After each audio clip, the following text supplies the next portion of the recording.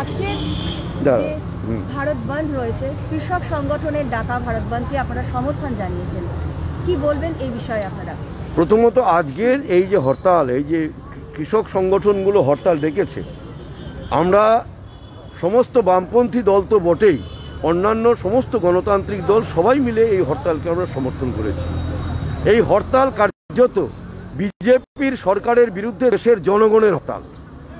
যে কৃষি আইন নরেন্দ্র মোদী সরকার অত্যন্ত অগণতান্ত্রিকভাবে গা জোয়ারিভাবে পার্লামেন্টে পাশ করিয়েছে, সেই কৃষি আইন দেশের কৃষি ব্যবস্থা, দেশের অর্থনীতি তাকে ভয়ঙ্করভাবে বিপন্ন করবে। এবং যে তিনটি আইন তারা করেছে, তিনটি আইনই প্রত্যাহারের দাবি। যেমন কৃষক সংগঠনগুলো করেছে, আমরা বামপন্থী দলগুলোও কৃষক আইন প্রত্যাহারের আমরা দাবি করেছি। এবং যখন পার্লামেন্টে বিতর্ক হচ্ছিল, যখন ভোটাভুটি হয়েছিল আমাদের অল্প সংখ্যক এমপি নিয়ে, আমরা কিন্তু এই বিলের বিরুদ্ধেই অবস্থান নিয়েছি বামপন্থীরা।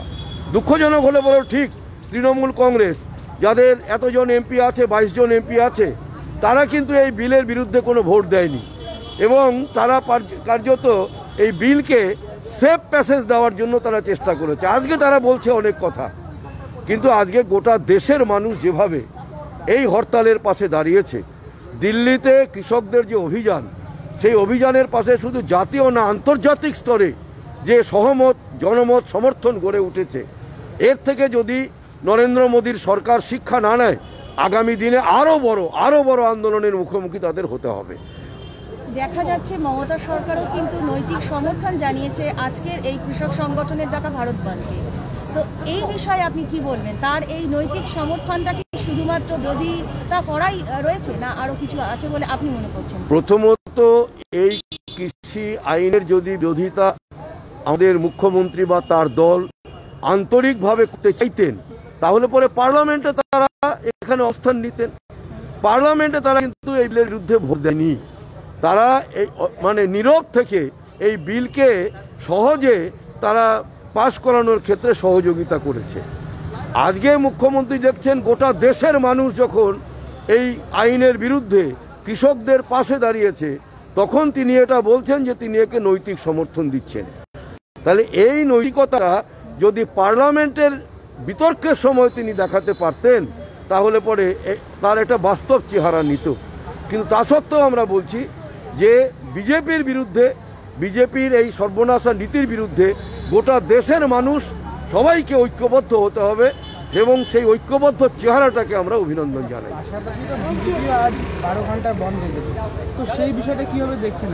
প্রথমত, সোজা বাংলায় একটা কথা আছে, ঝোপ বুঝে কোপ মারা। গোটা দেশের মানুষ এই হরতাল করার জন্য দিন কয়েক আগের থেকেই প্রস্তুতি নিয়েছে।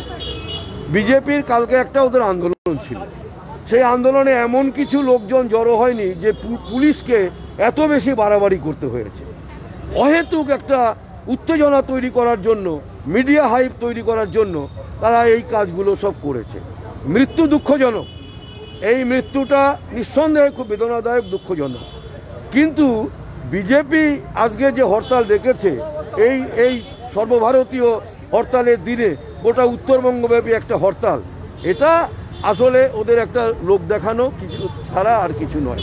কিন্তু আমরা এটা মনে করি যে কালকে পুলিশ বিজেপিকে একটু অ্যাডভান্টেজ দিয়ে দিয়েছে, এত হই হই করার দরকার ছিল না। আজ যে বন্ধ রয়েছে, একদিকে ভারত বন্ধ রয়েছে, আরেকদিকে 12 ঘন্টার উত্তরবঙ্গ বন্ধ রয়েছে। তো এই দুটো বন্ধে কতটা প্রভাব আমাদের এখানে পড়বে বলে আপনি মনে করছেন?